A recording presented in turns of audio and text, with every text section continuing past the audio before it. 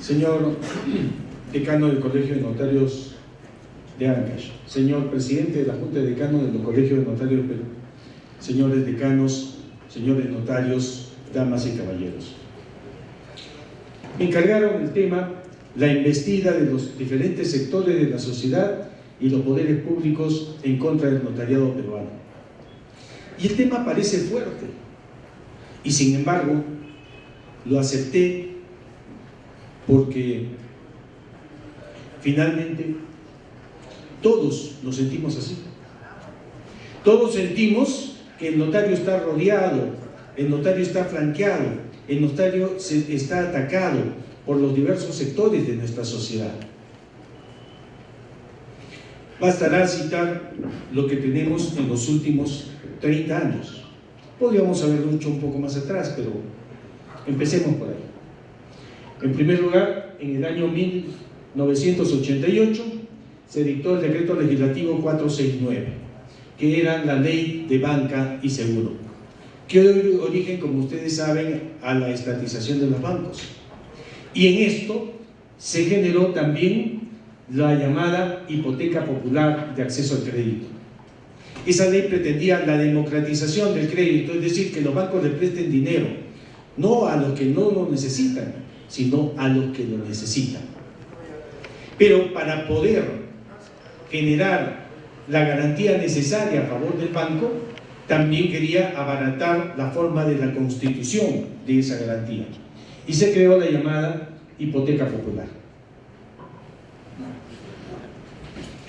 En ese mismo momento, con diferencia de días, también se dictaron los decretos legislativos 495 y 496, que crearon el formulario registral, es decir, la inscripción de las hipotecas en los registros públicos, no con escritura pública, sino mediante un formulario registral.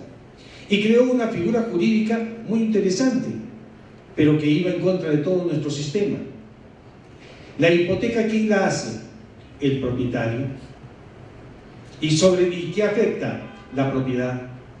Muy bien, la hipoteca popular la podía hacer no solamente el propietario, sino también la podía hacer el posesionario sobre su posesión, lo que generó un grave desfase en nuestro sistema jurídico. Y el formulario registral se tenía que usar solamente con firma legalizada. Se creó el registro predial y este formulario no servía para los registros públicos, sino solamente para el registro predial, es decir, el que correspondía a los pueblos jóvenes, asentamientos humanos, urbanizaciones populares, etc.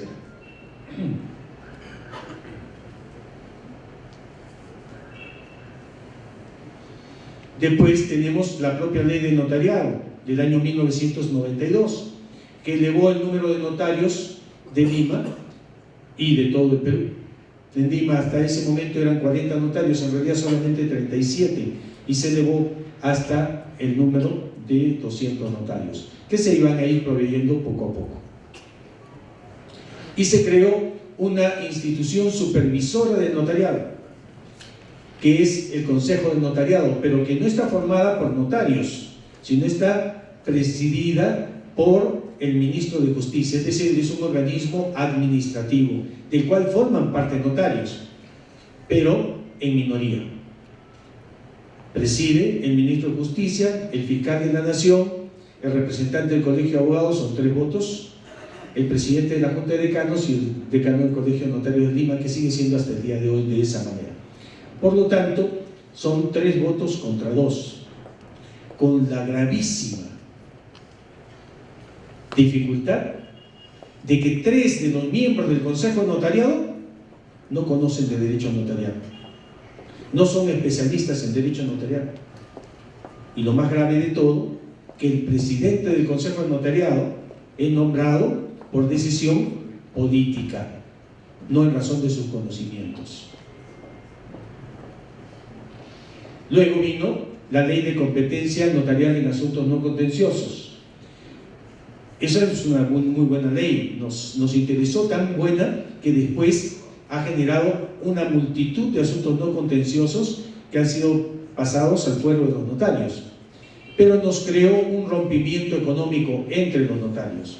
¿Cuál es? El de los honorarios libres, porque antes lo que teníamos era un honorario común que todos teníamos que cobrar, que al principio fue solamente para los asuntos no contenciosos.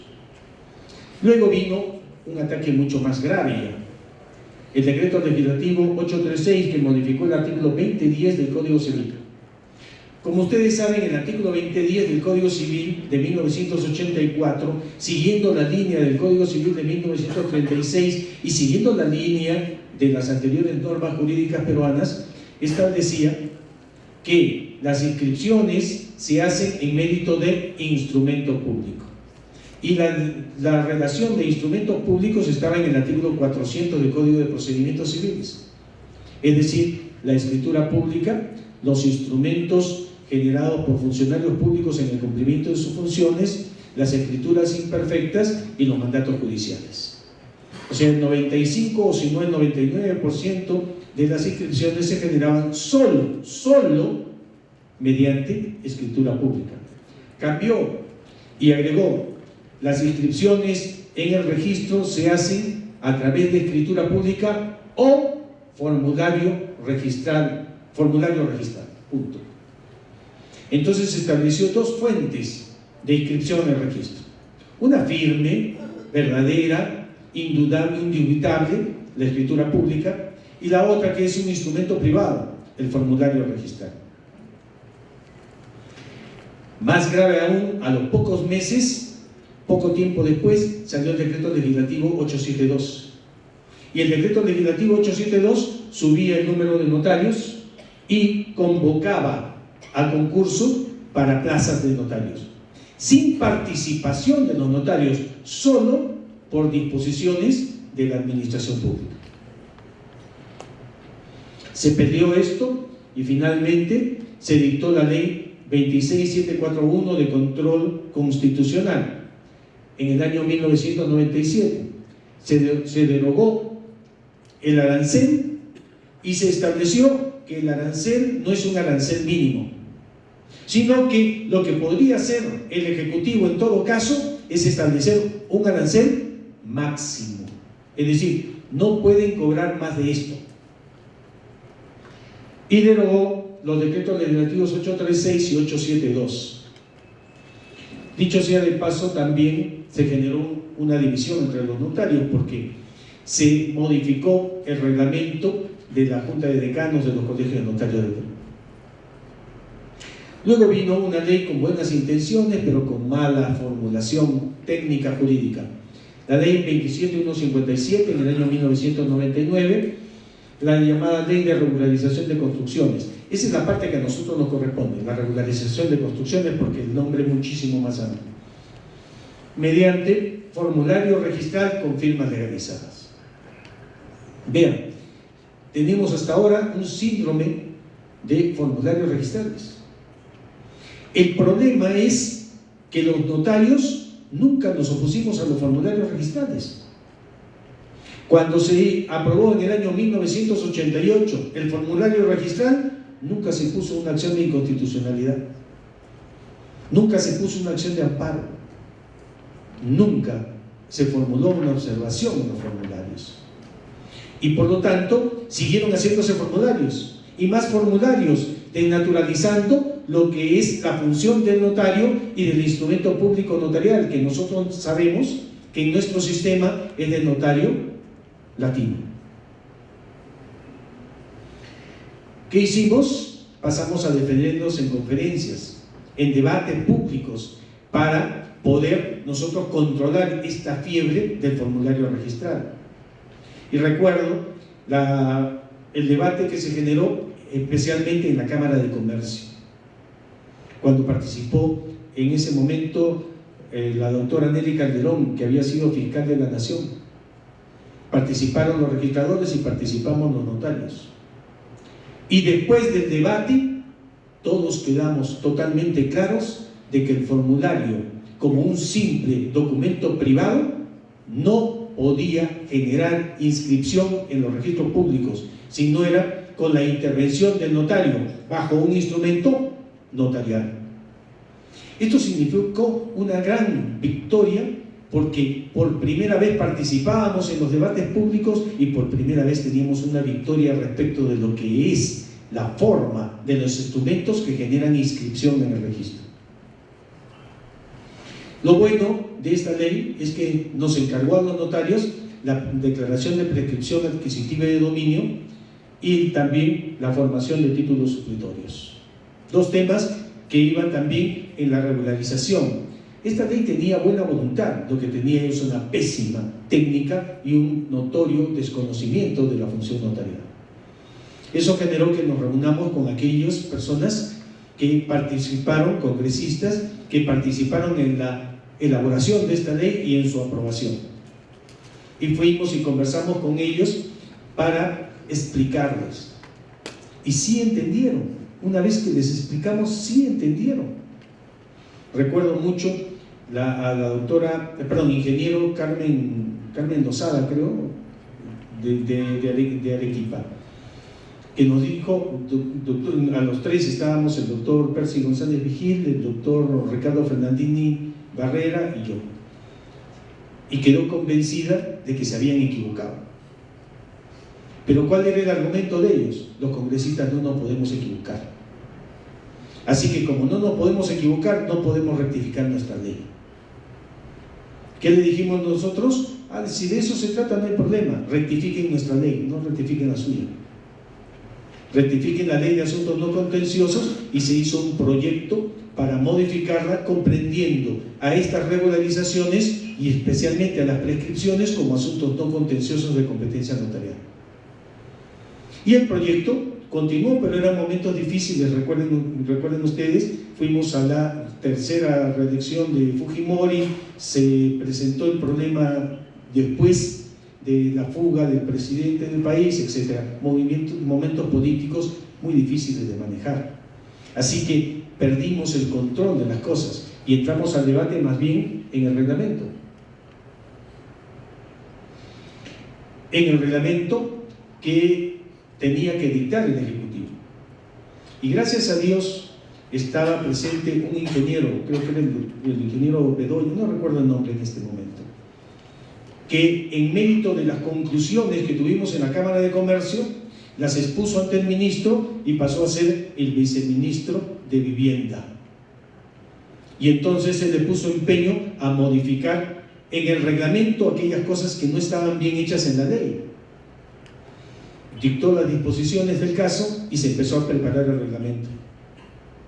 Hasta que un buen día nos encontramos en la puerta del Ministerio de Transportes y Comunicaciones y le digo: doctor Bazán, ¿viene usted para la elaboración del reglamento? No, le digo, vengo por una licitación. ¿Que no le han invitado? No. Estaban haciendo el reglamento sin considerar a ninguno de los notarios y sin considerar los puntos de vista de los notarios. Es que en ese momento políticamente se actuaba así, abiertamente, como dice nuestro título, en embestida en contra de la función notarial, sin escucharnos y lo peor, sin querernos escuchar. Muy bien, mientras esto caminaba y se promulgó un decreto aprobando el reglamento con algunas modificaciones estableciendo que la declaración de prescripción adquisitiva era un acta y no simplemente un formulario registral, fue caminando la ley por su cuenta y salió aprobada el 31, publicada en el periódico, en el peruano, el 31 de julio del año 2000, la ley 27333, en la cual se declaraba que la prescripción adquisitiva del dominio es un asunto no contencioso, pero no abandonaba aún todo el texto, porque en el artículo 5º, inciso F, señala que vencido el plazo para formular oposición y actuadas las pruebas que corresponden, el notario extendía la escritura pública o completaba el formulario. Ese o era imposible, porque si es un asunto no contencioso de competencia notarial, solo puede terminar de dos formas: o con escritura pública o con acta, pero nunca con un formulario. Y eso ha generado algunas interpretaciones equivocadas hasta el día de hoy. Y también se aclaró que el título supletorio era un asunto no contencioso de competencia notarial. Y en bonificación nos dieron algo que nunca pedimos: la rectificación de áreas, linderos y medidas perimétricas. Las dos primeras, prescripción y títulos supletorios para bienes urbanos o que se encuentren en zonas urbanas. Y la rectificación de áreas, linderos y medidas perimétricas sin ninguna limitación, lo que quiere decir que comprende tanto los urbanos como los no urbanos. Se establecía ahí 3 tipos de rectificación de áreas y linderos: por escritura pública, es decir, si los colindantes están de acuerdo, mediante asunto no contencioso o mediante demanda en la vía judicial.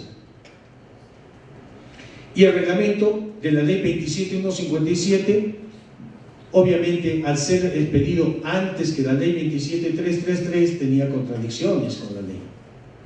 Señala cosas que ya no se puede porque son asuntos no contenciosos de competencia notarial. Y entonces, ¿qué se entiende? ¿Que el reglamento está vigente o que no está vigente? En lo que se opone a la ley 27.333 no está vigente, se aplica la ley. Sin embargo, como sucede más frecuentemente de lo que quisiéramos, en el año 2006 se modificó el reglamento para adecuarlo, y sin embargo lo adecuaron en todo y siguió contradiciendo a la ley 27.333. Repitieron los mismos errores, pero ninguna norma de inferior jerarquía deroga, modifica o altera a la de superior jerarquía. Entonces debemos entender que la que se aplica es la ley 27.333. Pero ahora los miembros del Consejo Notariado no entienden eso y aplican el reglamento como si estuviera encima de la ley. Son temas que tenemos que aclararlos para los efectos de tener soluciones jurídicamente armoniosas con la realidad. Y eso se debe a que los notarios somos solamente 2 en el Consejo Notariado, mientras los que no conocen son 3. Y entonces la teoría no sé si de estos señores que están en este momento del Consejo Notariado, pero de la administración pública, es: mientras no deroguen el reglamento, sigue vigente. Una contestación que si la diera un estudiante para obtener su título profesional, de que el reglamento está vigente mientras no lo deroguen, así contradiga la ley, generaría que lo desaprueben en su examen para abogado. Y sin embargo todos los días se están desaprobando porque aplican el reglamento con preferencia de la ley, lo que es absurdo.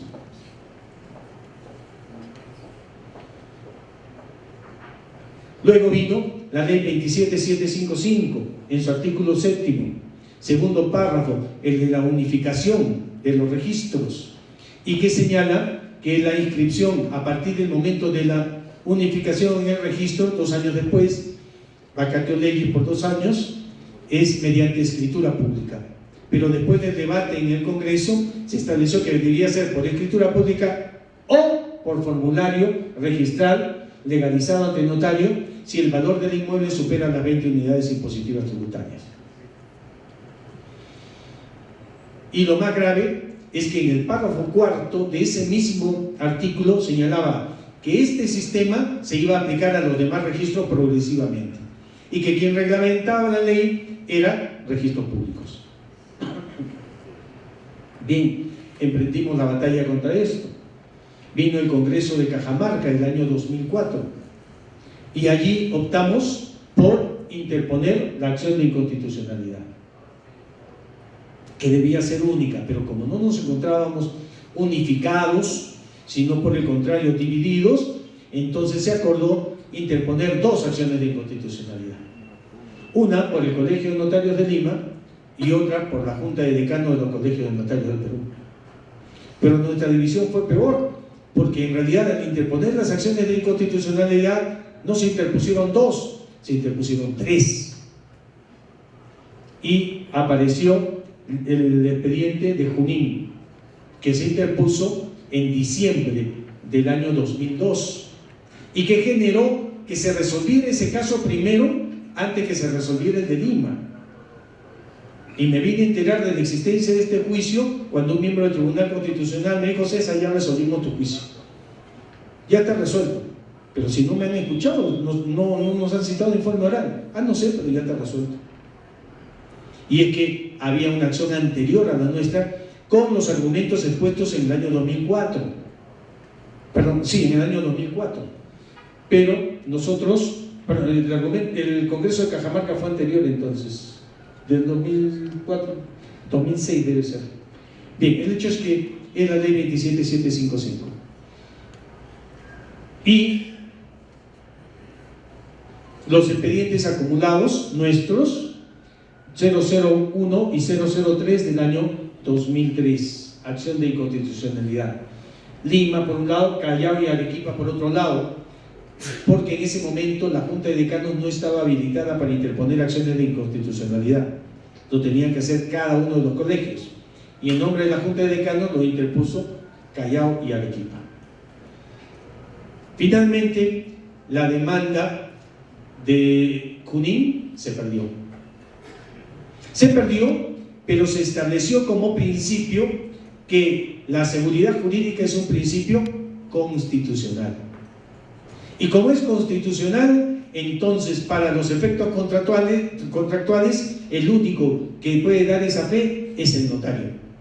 Y entonces el formulario registral tenía valor en tanto y en cuanto lo haga el notario. En las siguientes demandas, la 001 y 003, el Tribunal Constitucional reconoció en el fondo que se había equivocado.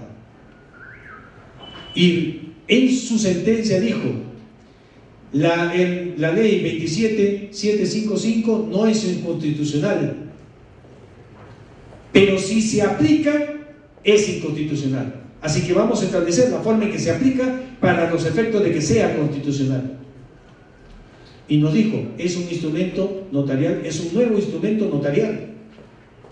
Y dijo que lo hace notario de acuerdo con la ley del notariado y guarda un original del documento para que, si hubiera alguna diferencia con las demás, el único que vale es el del notario. Lo que quiere decir que era un instrumento protocolar. Y si ese es protocolar, entonces no había duda que se aplicaba la ley del notariado en todos sus extremos. El Tribunal Constitucional no se pudo desdecir, pero sí en la práctica lo hizo y declaró fundada la demanda cuando sabía que no podía hacerlo. Entonces utilizó palabras distintas para llegar a al mismo resultado, al resultado que nosotros queríamos. Pero miren, aquí ya cambia el panorama. Los notarios dejamos la posición pasiva de simplemente no contestar, de no demandar, de no actuar. Actuamos con la ley 27157 debatiendo, y actuamos contra la ley 27755 también interponiendo las acciones de inconstitucionalidad, defendiendo los fueros que le corresponden a la sociedad.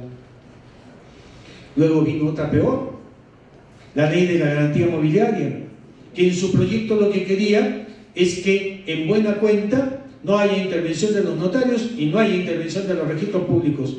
¿Por qué? Formulario de inscripción.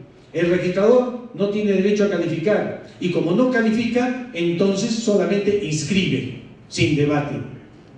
Le dijimos eso en el debate que tuvimos en esa oportunidad. Entonces, ¿para qué quieren registros públicos? Háganlo en Google, cuelguen en Google y ya está. Porque ¿acaso Google nos da alguna seguridad? Ninguna. En ese debate que estuvimos en el Ministerio de Economía y Finanzas, estuvimos presentes diversos sectores, y estuvimos presentes el representante de los registros públicos, y yo estaba representando en ese momento a los notarios. Todos hablaron, y en ese momento se produjo una alianza natural entre el representante de los registros públicos y los notarios, porque los dos somos los que damos seguridad jurídica. Son dos caras de la misma moneda, los dos queremos lo mismo, cada uno en el papel que le corresponde.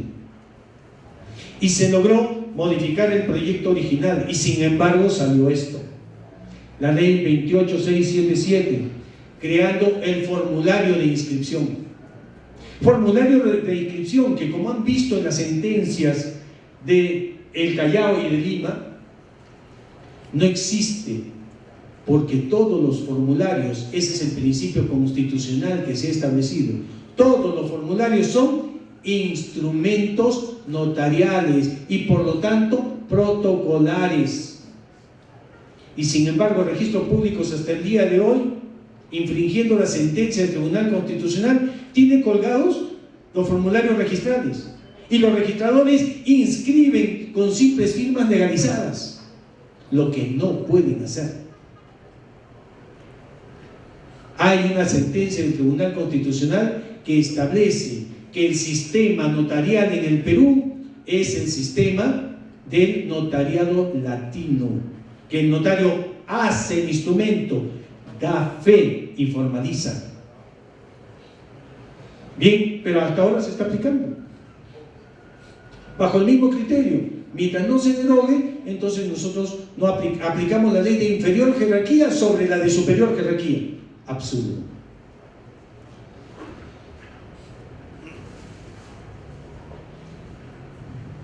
Después continuaron las presiones para nuevos concursos a nivel nacional. Y es que las administraciones creen que los problemas de los notarios se solucionan mediante más notarios. Por esas épocas tuvimos la visita de los notarios de Serbia, si no me equivoco. No, de Checoslovaquia, que vinieron a conocer el Perú, a Machu Picchu, y como estaban en el Perú, tuvimos una reunión. Ellos no hablaban castellano y nosotros no hablábamos checoslovaco. Pero sí había una notario que hablaba francés. Y entonces se comunicaban con ella en francés y ella me traducía castellano y finalmente conversamos, tuvimos coloquialmente una muy bonita conversación. Y dentro de eso empezamos a preguntarnos cómo era el sistema en cada uno de esos países. Y me preguntaron, ¿y aquí en el Perú hay concursos para notarios? ¿Siempre hay presiones para concursos para notarios? Le dije que sí, el gobierno siempre está tratando de controlar al notariado poniendo más notarios. Se rieron y me dijeron, en nuestro país también es así, pasa exactamente lo mismo, siempre quieren poner más notarios. Y entonces este no es un problema nuestro, esto es un problema mundial del sistema. Cada gobierno quiere controlar al notariado poniendo más notarios, y si puede poner a sus representantes, mejor. Lo bueno es que hasta ahora los notarios venimos haciendo nuestras elecciones libremente. Sé de algunos casos en los cuales se ha querido haber interferencia, pero la votación finalmente es la que ha primado. Después vinieron los reglamentos del Ministerio de Justicia para establecer los exámenes médicos para los notarios obligatorios, estableciendo que debían ser con médico legista. La intención, si bien es cierto, va a ser buena porque nosotros la tenemos que hacer, en realidad no la hicieron para ayudar al notariado. Lo que querían es sacar notarios, encontrándoles algún tipo de defecto. Después vino el decreto legislativo 1049 en el año 2008, en el cual se establecía el cese de notarios por límite de edad a los 75 años. Se estableció el Tribunal de Honor, que podía estar formado por notarios o por quienes no eran notarios. Y se establecía que el Consejo del Notariado podía dictar directivas de carácter obligatorio y que los notarios, si no cumplíamos esas directivas, incurríamos en infracción y podíamos ser sancionados. Se atentaba entonces contra la autonomía de los colegios de notarios. Y se establecía también la suspensión inopinada del notario con solo la presentación de una denuncia. Es decir, recibo la denuncia, se suspende al notario y después le pregunto ¿qué pasó? Es decir, sin derecho de defensa de ninguna naturaleza. Nos volvimos a reunir los notarios en el Congreso Extraordinario de Lima, que se realizó en el Círculo Militar, tal vez algunos lo recordarán. Allí sí hubo unidad de todos los colegios de notarios e interpusimos la acción de inconstitucionalidad. Interpusimos la acción de inconstitucionalidad que fue declarada después fundada por el fondo, no por la forma. Aun cuando puedo decir que hubo unidad de los notarios, también es cierto que lo que hubo fue un poco de desesperación. Hay algunos que se apuraron y el Colegio de Notarios de Puno, antes que tuviéramos la demanda lista, interpuso su demanda. Motivo por el cual tuvimos que convocar a una reunión, a una junta de decanos, porque si se disparaba esa demanda de Puno, no podía suceder lo que pasó con Junín, que se resuelva primero la de Puno y no nos escuchen a nosotros cuando estábamos con los argumentos preparados. Bien, se interpuso otra demanda, que fue la del Colegio de Notarios de San Martín, para evitar que la otra se resuelva hasta que no esté lista, e interpusimos el 23 de julio la demanda de la Junta de Decanos y del Colegio de Notarios de Lima, que finalmente fue declarada fundada no por la forma, sino por el fondo. Y allí se ganó la declaración de inconstitucionalidad del cese por límite de edad. Pero nos remitieron además a la autonomía. Nos citaron la sentencia del Colegio de Periodistas, por la cual se establece que el colegio profesional es una figura jurídica constitucional, distinta y superior a la que nosotros tenemos en el Código Civil, y que por lo tanto rige para todos sus efectos la profesión para la cual están dedicadas, y que tiene el carácter de un gobierno público, lo que quiere decir que para todos los efectos la forma en que se ejecuta la función profesional debe ser dictada por el Colegio de Notarios, en este caso por todos los colegios de notarios del Perú. Nosotros no tenemos que esperar reglamentos, nosotros no tenemos que esperar directivas de parte del Consejo Notariado, porque la misma sentencia estableció que el Consejo Notariado no tiene facultades para dictar directivas sobre la función notarial, solo para coadyuvar la supervisión. Entonces es responsabilidad nuestra dictar las directivas por las cuales nosotros tenemos que cumplir la función notarial, y debemos hacerlo porque ¿quién mejor que nosotros conoce cómo es que el sistema notarial peruano funciona?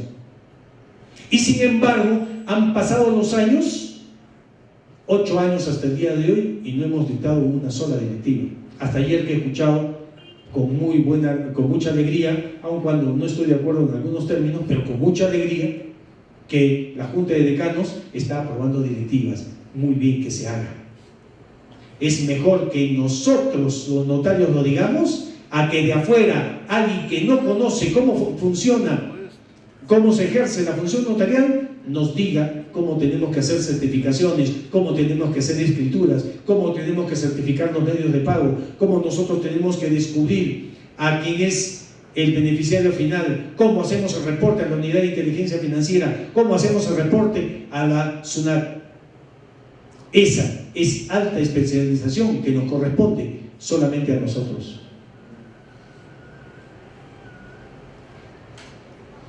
Después vinieron el cambio de regla para los concursos. Antes nosotros sabíamos que el jurado tomaba el convocado, estaba desde el principio hasta el final. El jurado calificaba los currículum, el jurado calificaba los exámenes escritos, el jurado calificaba los exámenes orales. Bien, ahora resulta que el jurado no califica. Los puntajes que están establecidos, y el jurado no puede salirse. El examen escrito no lo toma el jurado, no lo califica el jurado. Entonces, ¿para qué está el jurado? Y el examen oral también tiene sus puntajes debidamente dirigidos. Nosotros, los notarios, así me enseñaron desde el primer día que fui notario. Para ser notario se requiere 3 requisitos. Primero, ser honesto. Segundo, tener vocación. Y tercero, tener conocimiento, en ese orden. Porque de nada sirve tener mucho conocimiento si no se es honesto, si no se tiene vocación. El examen para notario ahora está como el Consejo Nacional de la Magistratura. califica conocimiento, no honestidad. Hay un examen psicológico que no ha determinado el perfil del notario, y como no ha determinado el perfil del notario, entonces no sabemos qué busca. Y nada hemos dicho al respecto. Bueno, ha llegado el momento de poner las cosas en su sitio. Tenemos que pelear, en el buen sentido de la palabra. Tenemos que decir las cosas como son y hacer que aquellos que conocen de su fuero lo hagan prevalecer. Ahora nos viene la ley 3730, que establece una barrera para la formalización de la economía. Y digo esto porque en el proyecto, en la sustentación de la ley está así. Lo que no quieren es que se formalicen los instrumentos por parte del notario. ¿Para qué? Para coaccionar al ciudadano y e impedir que haga actos notariales. Eso es lo que quieren. Lamentablemente no es lo que dice la ley. Me tomaré unos minutos después para explicarles este punto de vista. Y ahora viene el decreto legislativo 1372, en la cual nos ponen a nosotros para buscar el beneficiario final. Y nosotros poner en la escritura pública quién es el beneficiario final en la comparecencia.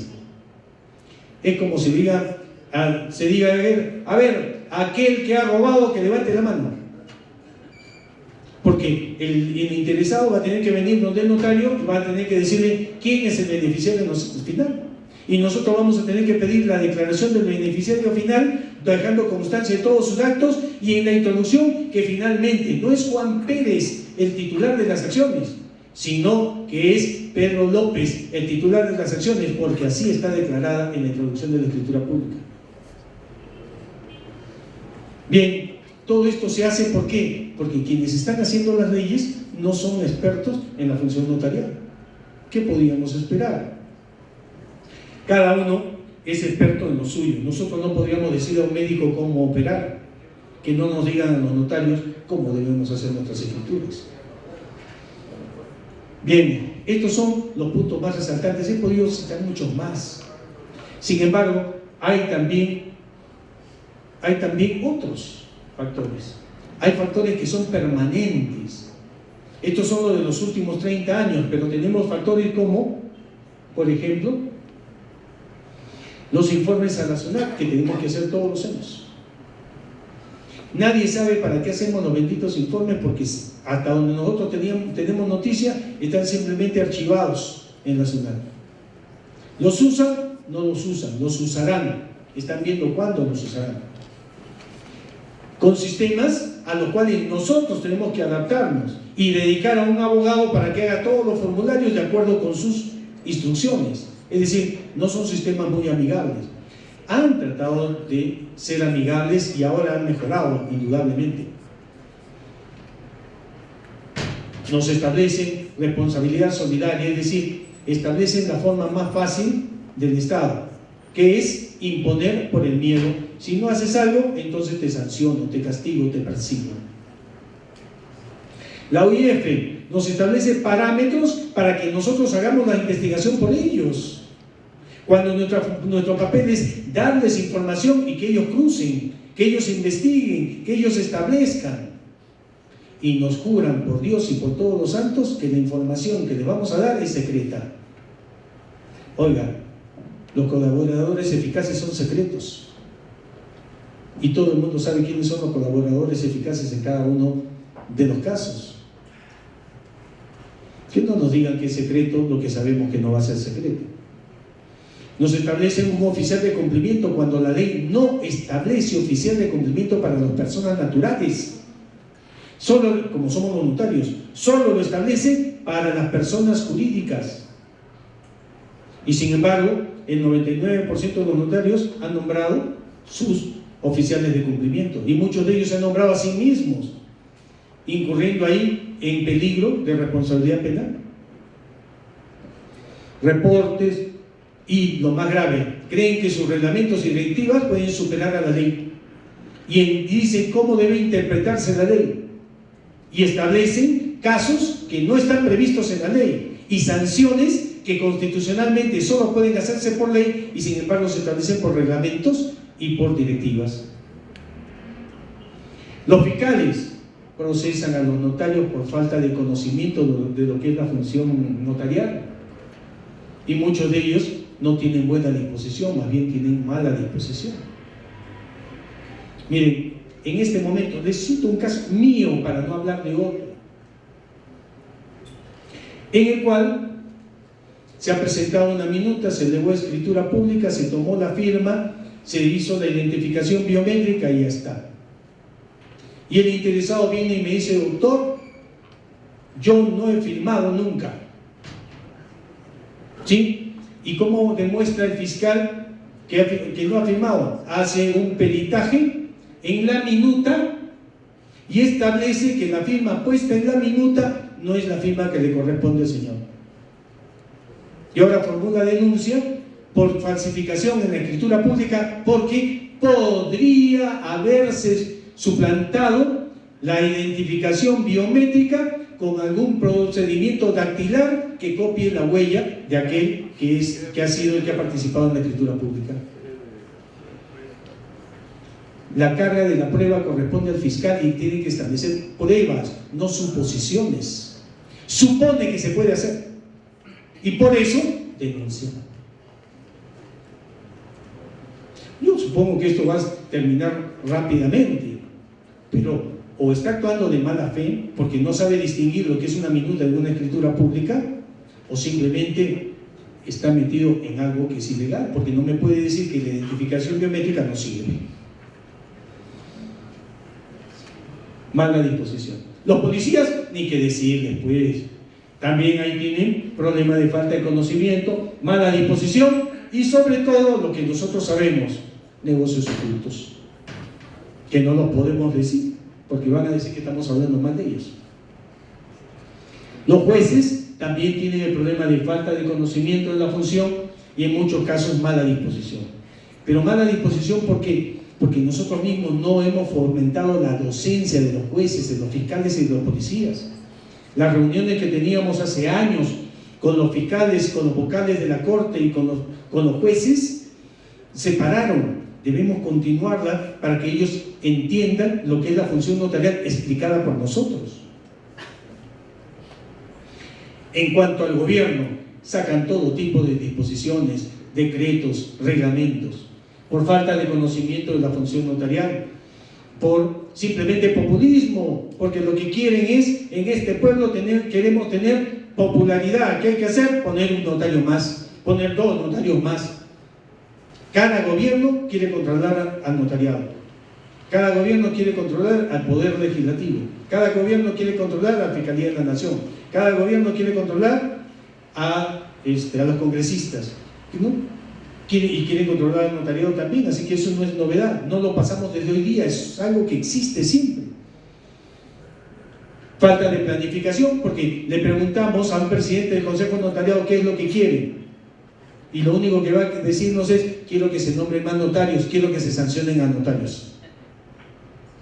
No saben más de la función notarial y no quieren más de la función notarial porque simplemente no saben lo que quieren. Y por lo tanto viene la improvisación, los nombramientos, y piensa, como dije, que el Consejo Notariado es solamente un órgano sancionador. En cuanto a los congresistas, peor todavía. Falta de conocimiento de la función notarial, populismo, control del notariado, y buscan solamente dictar leyes que les den renta política. No quieren otra cosa, no les interesa si el país funciona bien o si funciona mal. Lo único que les interesa es que las normas que ellos dictan sean populares. Y existen proyectos de ley absurdos. Hace años atrás tuvimos que dictaminar 54 proyectos de ley. Y gracias a uno de nuestros colegas notarios que ha sido asesor durante muchos años, me dijo: César, nunca contradigas a un congresista, siempre dale la razón. Y después que le da la razón, le cambia su dictamen. Y le dice que él está diciendo lo que no quiere decir. Pero que como le has dado la razón, él está contento. Bueno, lo hicimos. Hicimos 54 absoluciones de dando la razón y felicitando a cada uno de los congresistas por sus proyectos, y los cambiamos y finalmente terminaron en nada, porque eran absurdos. Todo eso es cuestión de la manera de poderlos enfocar. Señores, la prensa, ¿qué es lo que busca? Escándalos. ¿Para qué? Para vender. Ellos no quieren promover la verdad, encontrar la verdad. No, la prensa es un negocio de venta de información, buena o mala, pero venta de información nada más.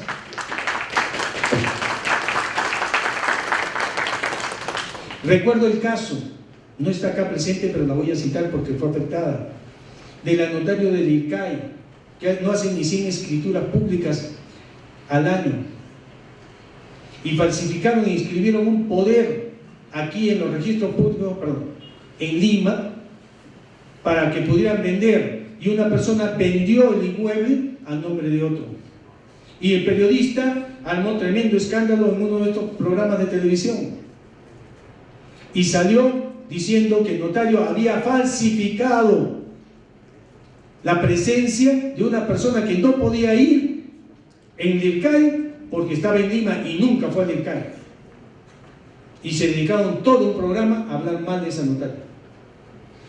Siguiente programa, se fueron al IRCAI, encontraron con la notario, y la notario quedó totalmente sorprendida. No sé si había visto televisión o no, pero quedó totalmente sorprendida cuando dijeron que ella había falsificado una escritura pública, y la persiguieron con la cámara hasta que llegó a su oficina. Llegando a su oficina se tuvo que sentar y atender a la periodista, y le dijo: aquí se ha falsificado esta escritura. No puede ser. Mandó sacar su índice, y en el índice no estaba la escritura. Entonces ya la escritura directamente por orden de fecha cronológica, y en su registro no estaba la escritura. ¿Qué pasa? Habían falsificado el parte notarial, y la notaria ni siquiera estaba enterada porque nunca había participado en nada. Y sin embargo, en el programa siguieron diciendo que con notarios descuidados como esto, el Perú no podía seguir avanzando. No fueron capaces ni siquiera de reconocer que el notario en ese momento era una víctima de una falsificación y no el sistema. Bien, el escándalo es el que vende. No, para ellos no vende decir la verdad. Y si no encuentran una noticia, ¿qué hacen? La fabrican. Fabrican escándalos. Estoy seguro que más de uno de ustedes tiene experiencia sobre estas cosas que se falsifican. Nos falsifican información. Hay una página web que está dedicada a falsificar y a insultar a los notarios. Y nos nombran, porque yo soy uno de los privilegiados, a mí me ponen ahí en su página, ¿no? Y nos nombran uno por uno respecto de falsificaciones que nunca han sucedido, pero basta que ellos lo digan para que ya esté difundida en el sistema. Ya veremos qué podremos hacer en esos casos, ¿no? Después tenemos también, no lo puse ahí, los bancos. Los bancos son instituciones que también permanentemente afectan a la función notarial. ¿Por qué? Porque le imponen condiciones a los notarios, les dicen cómo tienen que hacer los instrumentos, les establecen sus tarifas, y los notarios no pueden ni siquiera discutirlas. También tenemos el mal funcionamiento de algunas instituciones públicas. RENIEC, aquí no le ha pasado que el sistema se ha caído justo cuando teníamos que tomar las firmas de varios contratos. A mí me sucede casi todos los días. Y el sistema que debería ser bueno, ahora resultó deficiente, está jugando en nuestra contra.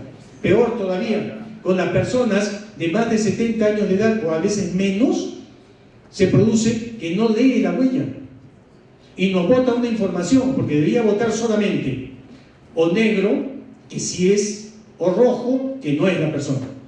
Pero ahora no nos vota ni negro ni rojo, nos vota solamente una que no está identificada y que dice que vaya a la RENIEC para poder tomarle nuevamente sus huellas dactilares. Bien, me ha tocado el caso de un cliente que fue una vez, no lo identificó, no firmó una escritura pública, se fue a RENIEC, regresó y dijo que ya la habían registrado, pero como no tenía su DNI nuevo, entonces esperamos los 15 días hasta que le dé. Regresó, le tomamos otra vez la identificación biométrica, otra vez, no salió. ¿Y qué tenía que hacer? Enviarla por tercera vez, por segunda vez para que vaya a hacer lo mismo que ya había hecho? No nos ayuda.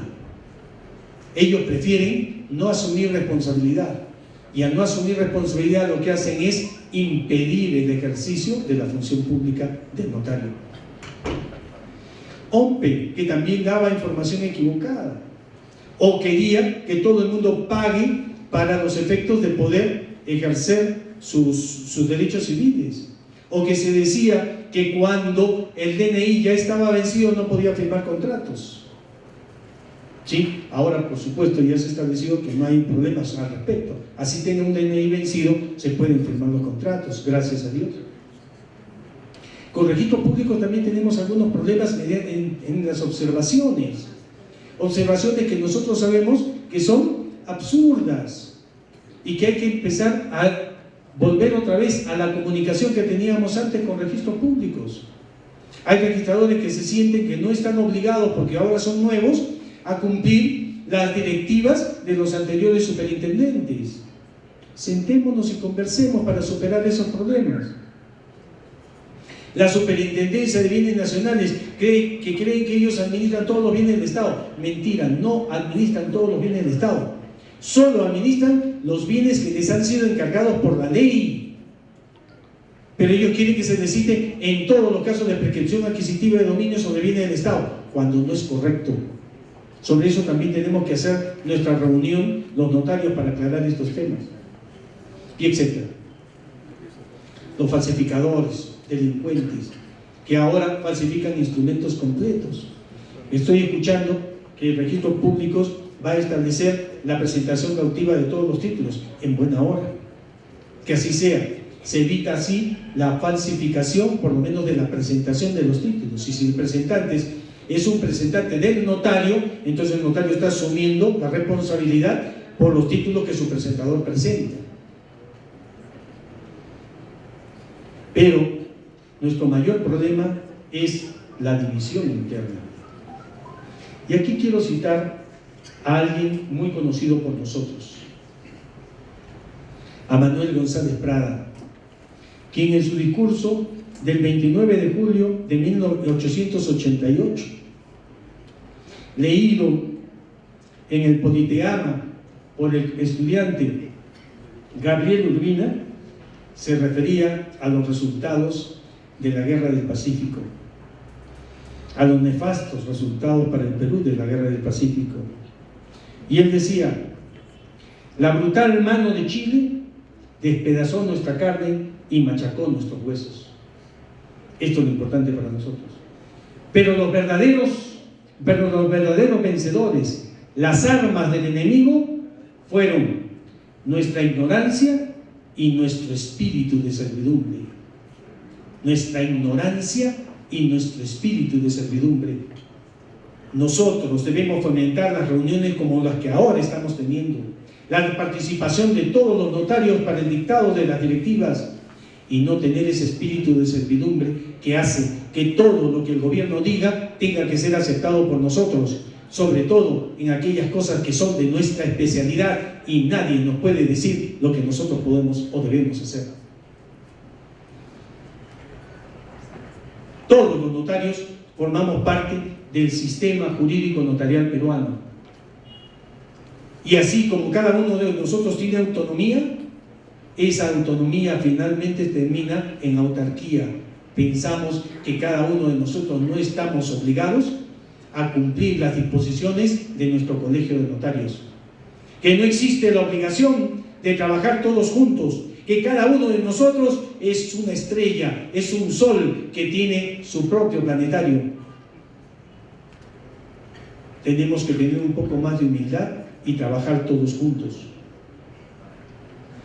No aprobamos las directivas para el ejercicio de la función, y como no aprobamos esas directivas, dejamos que los fiscales, los jueces, los policías interpreten las normas notariales a su manera y no en la manera correcta, que es la que los notarios sabemos que se deben aplicar.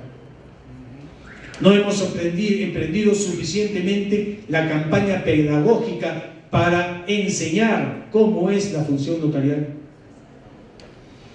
Debemos restablecer o establecer, si fuera el caso, las relaciones buenas con todas las instituciones internas y externas al notariado. Ser nosotros quienes generemos las iniciativas sociales y las iniciativas legislativas. Y sobre todo, establecer las metas comunes. ¿Cuándo nos hemos reunido en un congreso de notarios para saber qué es lo que juntos vamos a hacer? Solo en 2 ocasiones. Cuando interpusimos la acción de inconstitucionalidad contra la ley 27755 y cuando interpusimos la acción de inconstitucionalidad contra el decreto legislativo 1049. Nos unimos cuando estamos en peligro de morir. Esa unidad debemos hacerla cuando gozamos de buena salud, actuando bajo un solo criterio. ¿Cuál? El de la autonomía de la función notarial, de acuerdo con lo que señala el Tribunal Constitucional, que nos ha dado así jerarquía constitucional que nadie podrá mover. Y ahora quiero tocar uno de los problemas que a nosotros nos preocupa, que es esta bendita ley 372, cuyo vacatio legis termina el 20 de agosto y que tenemos que aplicar a partir del 21 de agosto de este año 2018. No quiero tocar lo anterior porque lo anterior todos nosotros conocemos, ya lo doy por conocido, respecto de los medios de pago. Quiero tocar los casos especiales. Se ha modificado el artículo 3º en el 3er párrafo, en la que se establece lo siguiente. Solo, miren, es decir, no hay otra forma, solo se puede usar medios de pago por sumas superiores a 3 unidades impositivas, tratándose de A. Constitución o transferencia de derechos reales o inmuebles, transferencia de propiedad o constitución de derechos reales sobre vehículos nuevos o usados, aéreos, marítimos o terrestres. Y C. Participación en capital social, adquisición, aumento y reducción. Aquí hay conceptos que tenemos que establecerlos. Porque antes hacíamos la escritura pública, hasta el día de hoy hacemos la escritura pública, pedimos el medio de pago. Nos dicen el medio de pago, lo consignamos. No nos dicen el medio de pago, igual consignamos que no se nos presentó el medio de pago y asunto arreglado. Los problemas son tributarios para aquel que hace la escritura pública, el interesado. Bien, estos casos especiales tienen un tratamiento distinto. Vamos a analizarlo. Nos habla de transferencia de vehículos o de inmuebles. ¿Y qué significa transferencia? No necesito repetirlo. Transmitir a otro un derecho. Es decir, trasladar a otro un derecho. Un derecho que yo tengo pasa a manos de otro. Y esto se puede hacer mediante acto entre vivos, es decir, mediante contrato. ¿Requiere que nosotros le pidamos medio de pago en las transferencias? Bueno, sí, pero en todos los casos. ¿Qué pasa si se trata de la venta de un bien que ambas partes saben que es ajeno? El contrato de compra-venta existe. Dice, por la compra-venta, el vendedor se obliga a transferir la propiedad de un bien y el comprador a pagar el precio en dinero. Por lo tanto, los elementos básicos de la compra-venta son cosa y precio. La cosa, obviamente, puede ser propia, pero también puede ser ajena. Si es propia, la sola obligación de dar un bien inmueble hace al acreedor propietario, por lo tanto ya se produjo la transferencia. Y si es ajena, se entiende como la promesa del hecho de un tercero, por lo tanto no hay transmisión de propiedad. ¿Cuándo habrá transmisión de propiedad? Cuando el tercero a su vez transmita la propiedad, o aquel que vendió adquiera la propiedad y por lo tanto se la transmita. Por lo tanto, en el contrato de compra-venta normalmente habrá transferencia de propiedad, pero si se trata de una venta de un bien ajeno, no hay transferencia de propiedad, ergo no está afecta. No está afecto al caso específico, a estos casos especiales, a los casos generales sí. La compra-venta de un bien futuro.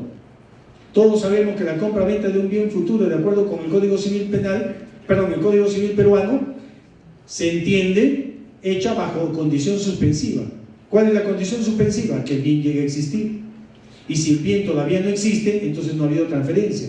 Y si no hay transferencia en el momento que se hace la compra-venta, entonces no está afecto a estos casos especiales.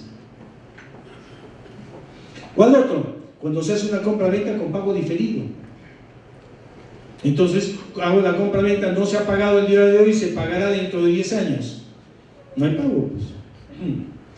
¿Qué quiero decir con esto? Que si bien es cierto, podemos hablar de transferencia, también es cierto que al no haber transmisión de un derecho real, entonces cada caso tendrá que ser estudiado por separado. Morte y causa, ¿qué es? La sucesión, testada o intestada. Ahí también hay transferencia, sí, pues, pero como no es a título oneroso, sino la sustitución de un sujeto por otro sujeto, entonces no está afecta a medio de pago alguno. Pues sería absurdo pensar que es así. ¿Qué más? Dice la constitución de derechos reales sobre vehículos o inmuebles, que también significa la transferencia o constitución de derechos reales, establecer el derecho a favor de alguien, que se va a hacer mediante contrato, sí, pues se va a hacer a través de contrato, pero en todos los casos. ¿Y qué hay de la hipoteca unilateral? Esa hipoteca que la puedo otorgar yo en este momento sin que exista acreedor. Pido su inscripción en los registros públicos, el registro público lo va a inscribir y me va a extender un título. Y con ese título recién salgo a buscar quien me preste dinero. En ese caso, ¿medio de pago? No, no hay medio de pago, todavía no hay mutuo, etcétera. Entonces, hay que estudiar caso por caso también, ¿no? ¿Y qué hay de los casos en los cuales hay hipoteca por mandato de ley? Si se trata de una compra-venta con saldo de precios, la hipoteca se hace y se tendrá el medio de pago por lo que se ha pagado. Pero ¿qué sucedería si se trata de una declaración de fábrica por escritura pública en la cual el ingeniero declara que no se le ha pagado y entonces se constituye hipoteca legal? ¿De medio de pago? No, pues obviamente no. Entonces habrá que estudiar caso por caso en cualquiera. Si se trata de constitución o transferencia de un derecho real, obviamente si es a título gratuito no se va a aplicar en ninguno de los dos casos. Y si es a título oneroso, en la mayor parte de los casos tendrá que estudiarse. En otro tema, vean ustedes, se señala vehículos, no se dice muebles, se dice solamente vehículos. ¿Y qué significa vehículo? Un artefacto que sirve para transportar personas o cosas de una parte a otra. Es decir, un caballo no es un vehículo, de acuerdo con la definición de la lengua española, es un artefacto. Claro, que pueden ser nuevos o usados. Los nuevos son la inmatriculación, eso no nos corresponde a nosotros. Los usados son los que nos van a corresponder a nosotros. Y señala que pueden ser aéreos, marítimos o terrestres. Y estoy seguro que lo que hicieron la ley, quisieron ahí cubrir todo, pero mentira, no cubrieron todo. No han incluido a los lacustres o a los fluviales.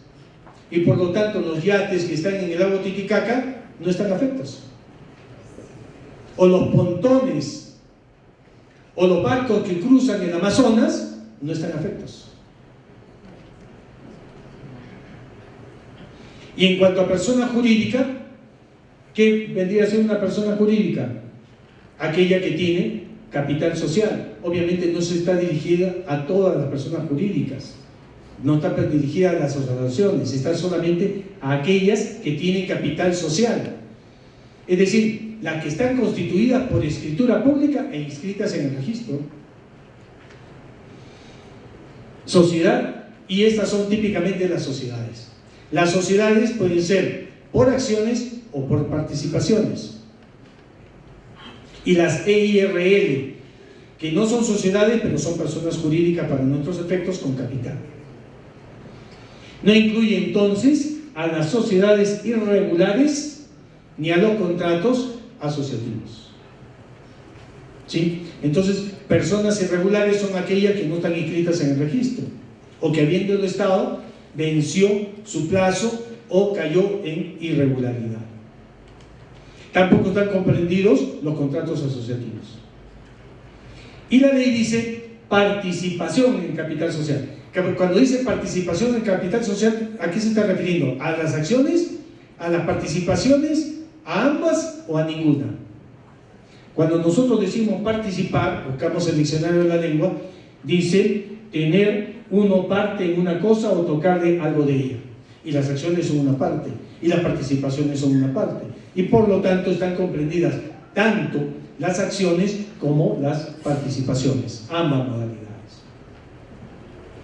Y aquí es donde vienen nuestros problemas. Las obligaciones del notario, porque hasta ahí hemos hablado lo que le corresponde, lo que está afectando a la sociedad. ¿Qué es lo que nos corresponde como obligaciones del notario? Bueno, las obligaciones generales, estas las voy a pasar porque ya nosotros las conocemos.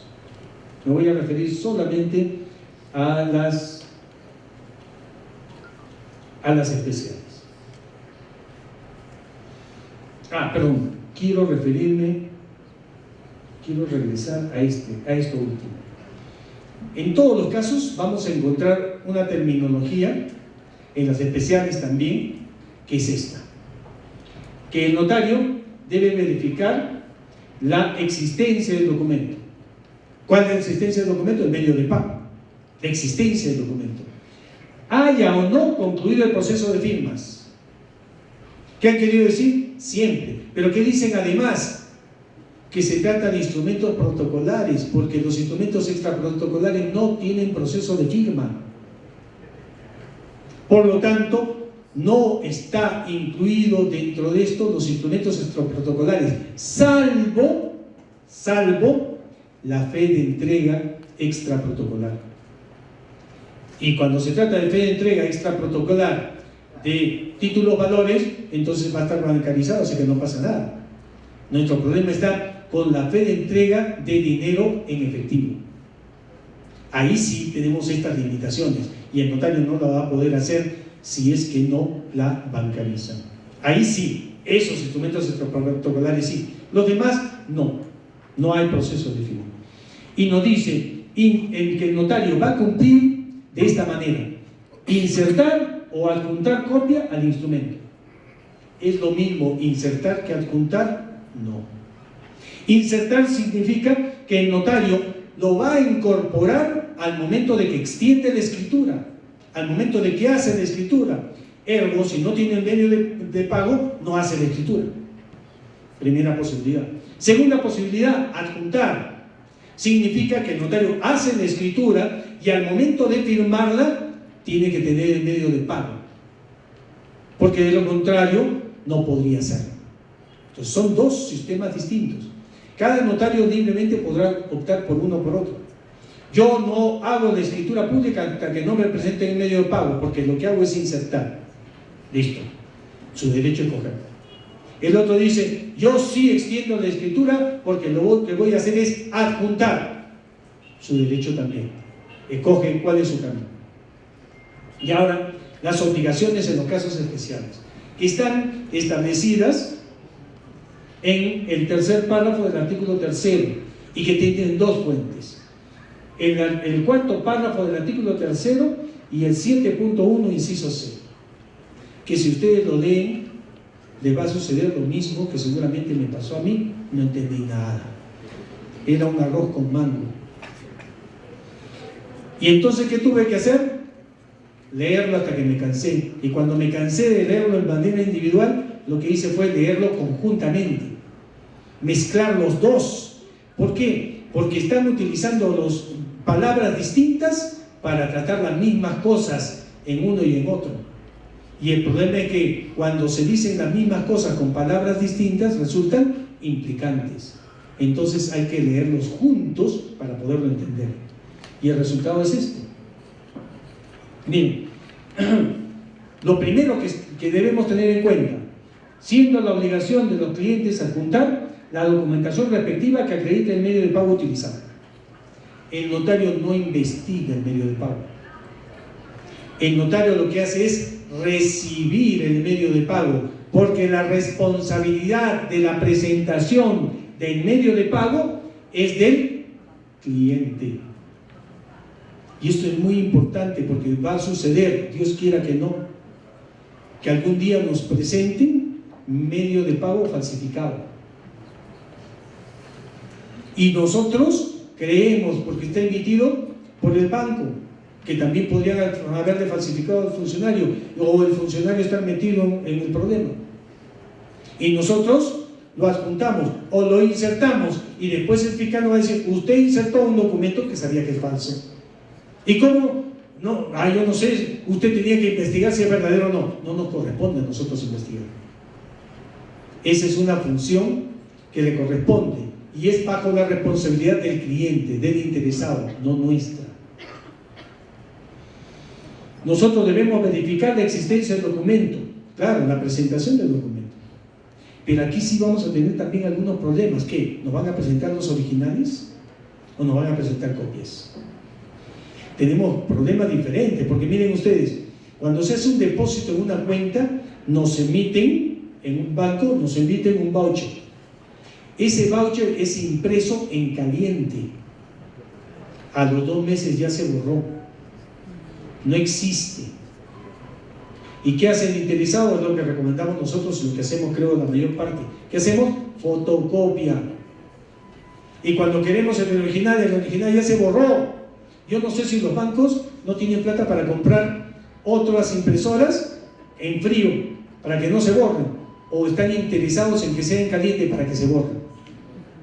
Creo lo segundo más que lo primero, no creo que no tengan dinero. Y entonces ellos mismos no están colaborando con la seguridad jurídica. Es más, a sabiendas están actuando en contra de la seguridad jurídica. Y entonces, ¿qué hacemos nosotros? Trabajamos con copias, porque esa es la realidad. Lo que sí hay que cuidar, que tengan los elementos necesarios para que nos generen la convicción del caso. Y debemos consignar expresamente ello en el instrumento público. Debemos consignar el medio de pago que nos dice. Dejar constancia en el respectivo acto jurídico y o instrumento público que lo formalice, que sea cumplido con lo dispuesto en la ley. Tercer párrafo del artículo 3. Miren ustedes, aquí han querido decir que si hay un acto jurídico, nosotros debemos dar fe. Y cuando se formalice, también debemos dar fe. Mentira, eso es imposible. Porque el acto jurídico es de las partes, hacen su contrato, y el solo acuerdo de voluntad, de que ni siquiera necesita estar escrito, sino ser consensual y hasta verbal, es ajeno a nosotros. Nosotros solamente intervenimos cuando hay un instrumento público. Entonces, lo que en realidad han querido decir es el acto jurídico que se ha formalizado con el instrumento público. Ese y o está sobrando. Entonces, nosotros nos vamos a referir como obligación solo al instrumento público, y no puede ser de otra manera. Volvemos al concepto: insertando o adjuntando copia del mismo. Haya o no concluido el proceso de firmas. Reitero, haya o no concluido el proceso de firma. Tanto para los casos generales como para estos casos especiales, solamente será para escritura pública o acta notarial protocolar. No puede ser para ningún otro. ¿Y qué pasa si se niega? Si no nos quiere presentar el medio de pago. Y aquí, no sé si es la forma de hablar de los peruanos o una interesada forma de actuar, de hablar de quien dice la ley. No nos dice blanco ni negro, nos dice gris. Evaluar la posibilidad de efectuar un reporte de operaciones sospechosas, a la OIF. ¿Qué quiere decir? Que lo deja bajo nuestra responsabilidad. En realidad no debería decir nada, debería decir simplemente informar a la unidad de inteligencia tributaria, porque si se niega a presentar el medio de pago, entonces lo reportamos y ya está, que lo justifica ante la unidad de inteligencia tributaria, que ellos hagan su parte. Pero nos dice que nosotros podemos reportar o no, de acuerdo con nuestra discrecionalidad. Y además dice, sin perjuicio de no efectuar la operación. Sin perjuicio de no efectuar. ¿Qué? Sin perjuicio de que nosotros evaluemos la posibilidad de no efectuar la operación. Eso es una barbaridad. ¿Por qué? Porque más adelante, en el otro en el 7.1c, dice claramente: de no utilizarse medio de pago, no formalizará el acto jurídico en el instrumento respectivo. Y entonces, ese de si evaluará o no evaluará, no existe en realidad. Es esto lo que se aplica. Si no nos presentan el medio de pago, no lo hacemos. ¿Y qué significa esto? ¿Que no vamos a extender la escritura pública? Bueno, para esta pregunta hay dos respuestas. Primera respuesta: si nosotros hemos optado por insertar, entonces la respuesta es: no extendemos la escritura pública, porque mientras no me presenten el medio de pago, no la podemos insertar. Y si nosotros no la insertamos, entonces no hay escritura. Estamos como el huevo y la gallina, ¿no? Para hacer la escritura, tiene que presentarme el medio de pago. Y mientras no me presente el medio de pago, yo no hago la escritura. Primera posibilidad, eso es cuando nosotros hemos optado en nuestras escrituras públicas por insertar. Segunda posibilidad, hemos optado por adjuntar. ¿Qué quiere decir esto? ¿Extendemos la escritura pública? Sí, sí extendemos la escritura pública. Es más, hasta podemos tomar las firmas, pero el notario no puede autorizarla, porque recuerden, el instrumento público notarial recién existirá desde el momento en que el notario la firma.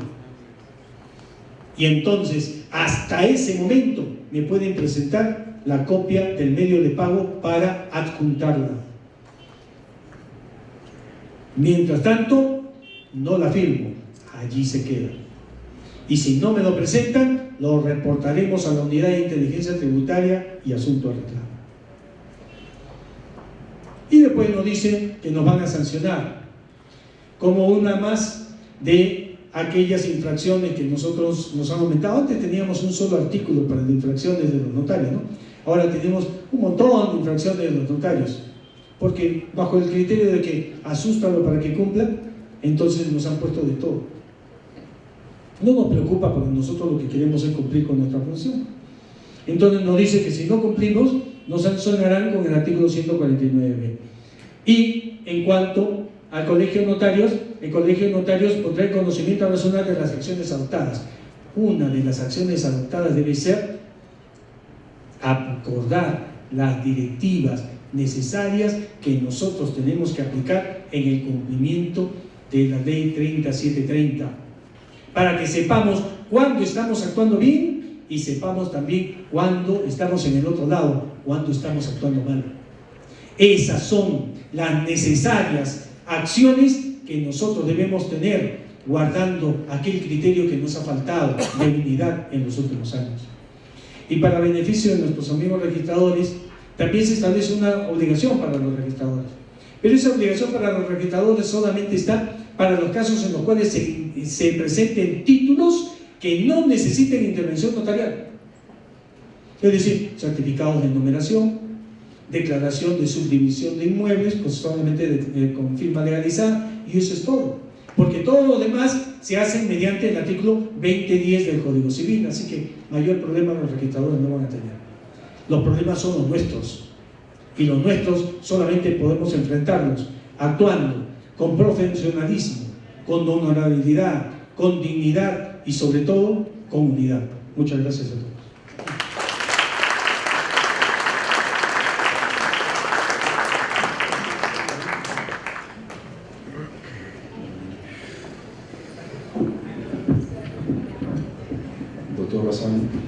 Doctor Bazán. No, quería hacerle una aportación, un comentario. Aquí en la ciudad de Huaraz existe el Museo Regional de Arqueología y cuenta con la muestra lítica más grande de Sudamérica. Permítame decirle a nombre de todos los presentes que el conjunto de todas las muestras líticas no llega a la solidez de su conocimiento y de su capacidad de crear la Comisión de Recursos. Muchísimas gracias.